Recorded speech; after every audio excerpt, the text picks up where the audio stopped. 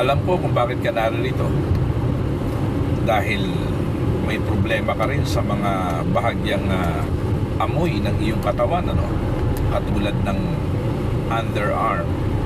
Alam mo yung underarm, natural lamang yan na kung minsan nagkakaroon tayo ng amoy sa ating katawan. Pero sabi nga natin, yan naman ay naiiwasan.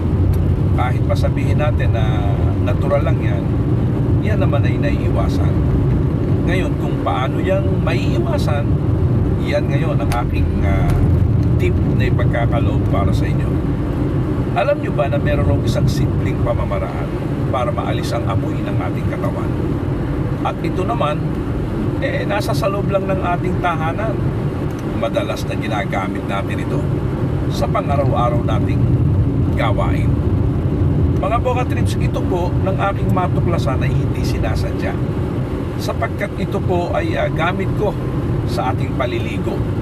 Mamaya po sasabihin ko sa inyo kung ano, sapagkat nag-aalala rin po ako dahil sa baka po mamaya ma-charge po ako dito sa YT, kasi isa po itong produkto din baka po mamaya ma-charge tayo. Kanya mas makabubuti po mga Boka Trips na mamaya ko po babanggitin kung ano ito. So itutuloy ko po lamang. Ito po ay natuklasan ko nang hindi sinasadya. At kung paano po ito natuklasan ko ay dahil po sa naturalmente sa atin po natural na tayo naliligo araw-araw. So sa akin pong araw-araw na paliligo, meron po akong ginamit na isang uri po ng shampoo. At hindi ko po akalain na ito pala pong isang uri ng shampoo ito ay makakatulong po. At ito po marahil, hindi ko lamang po alam kung ito'y alam ng kumpanya na gumawa po ng shampoo na ito. Mamaya ko po sasabihin sa inyo kung ano po yung shampoo na talaga pong sa tuwing ako po ay maliligo. Dati po kasi gumagamit ako ng mga deodorant. To tell you honestly, hindi po tayo magsisinungaling. Dati po gumagamit ako ng mga deodorant. At name it, and I can assure you na ginamit ko po yan. To be more exact, marami na po akong nagamit ng mga deodorant. But at the same time, kung minsan nagdududa pa po ako sa mga deodorant. Kasi kung minsan sabi ko, kung talagang ito yung nakakaalis ng amoy, bakit kapag hindi mo na ginagamit o kahit ginagamit mo, may amoy pa rin? To tell you honestly, kayo po naman dumadanas din ng ganyan. Kahit po may deodorant kayo, nagdududa pa nga po kayo doon sa deodorant. Kasi yun po mismong deodorant, amoy kili-kili rin. Ngayon, balik po tayo doon sa aking pang-araw-araw na ginagawa. Araw-araw po ako naliligo. Nagkataon po na ako po minsan ay naligo at pagkapaligo ko, gamit ko po itong shampoo ito, nalimutan ko po na maglagay ng deodorant. Nalimutan ko maglagay ng deodorant. Ngayon, habang ako po ay maghapon na nasa sa hanap buhay, naalaala ko. Sabi ko, naku, hindi nga pala ako nakapaglagay ng deodorant.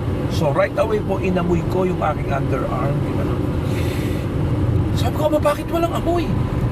Kinuskus ko po ulit, tapos wala pa rin amoy. So sabi ko po, the next day, hindi uli ako maglalagay ng deodorant.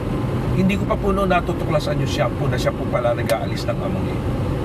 So tuloy po ako paliligo. Ang akin pong iniisip yun pong sabon na bath soap.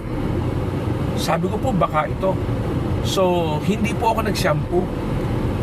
Kinuskus ko po yung bath soap na yun. So hindi po ako nakapag-shampoo dahil at that time, honestly, wala na po ako shampoo. Kailangan ko na pong maligo, ang binibili ko po ay pakpak lamang, yun pong sachet lang. So naligo na rin po ako kahit walang shampoo, hoping nang nag-aalis po ng amoy ng aking katawan yun pong bath soap. Aba, alam nyo po, noon pong makapaligo na ako ng bath soap, and then ako po ay noon pong matuyo na, nakapaghapon na po siguro ako sa labas. Aba, noon pong aking inamoy, yun pong bath soap, yun pong aking katawan, yun pong aking underarm, Aba, biglang-bigla po, sabi ko, bakit may amoy pa rin? Sabi ko, bakit biglang nagkaamoy? So, talagang ano pa rin po ako, doubtful pa rin po ako. Sabi ko, bakit may amoy? So, hindi yung sabong mabango ang nag-aalis ng amoy. So, the next day po, eto na, hindi ko po sinasadya, basta bumili po ako ng shampoo at yun pong aking shampoo na binili ay mamaya ko po sasabihin sa inyo. Kasi po, isang beses ko lamang pong babanggitin yung pangalan ng shampoo, hindi ko na po ulitin. Kasi po, baka ma-charge po tayo. Alam nyo naman, baka po mamaya pumasok sa commercial yan or sa promotion. So, anyway, so bumili po ako ng shampoo. Hindi naman po yun ang paborito ko shampoo. Ako po, kahit po anong shampoo po pwede. Nagkataon lamang po na naisip ko na parang gusto ko yung shampoo na yun dahil may menthol, malamig sa katawan. Yun na uli po ang binili ko. And then so naligo po uli ako. And then maya-maya po nagpunta na po ako sa aking pinagkakaabalahan. Nakamaghapon po uli. Naalaala ko uli. Sabi ko, hindi nga pala ako naglagay ng deodorant. So kailangan i-check ko. Tingnan ko nga. Nung amuyin ko po, wala na naman. Sabi ko, ay baka itong shampoo ito ang nag-aalis ng amoy ng aking katawan. Teka muna, sabi ko. Teka muna, bukas try ko ulit. So the next day, ganun na naman. Wala na namang amoy. Hanggang sa from this very moment, sabi ko, ginagamit ko na po ng tuloy-tuloy ang shampoo ito. At talagang hindi po nagkakaamoy. Kahit po alin pong parts ng aking katawan, hindi po nagkakaamoy. Kahit po yung maselang na bahagi, hindi po nagkakaamoy. So yun po mga Boca Trips, itinitip ko po sa inyo. Napakabisa po para maalis ang amoy ng inyong katawan. Subukan nyo po ang shampoo na Heads and Shoulder. So yun po mga Boca Trips ha. Isang beses ko lamang po sasabihin, kanya hindi ko na po ulitin dahil baka po tayo ma-charge. So yun lamang po mga Boca Trips, subukan nyo po.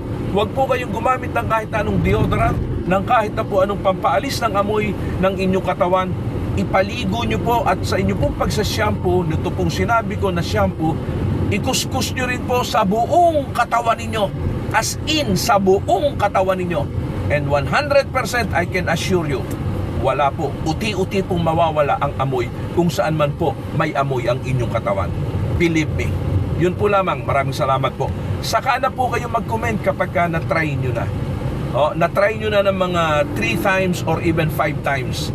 At kapag ka po nakita nyo ng resulta, wag po muna kayo mag-comment. Kapag ka po isang beses nyo lang na-try o 2 beses nyo lang na-try, at least mga 3 times nyo lang na-try. Okay? Saka po kayo mag-comment para makinig ko po. Yun po lamang totoo ha. Wala pong kasinungalingan na komento. Ngayon, kung yan man po epektibo sa akin at sa inyo ay hindi, ibang usapan po yun. Basta sa akin po, epektibo. Kung sa inyo po ay hindi, baka po kailangan ko lang magsabi sa inyo ng pasensya na kayo. Magkaiba pala po tayo. Yun po lamang. Salamat po.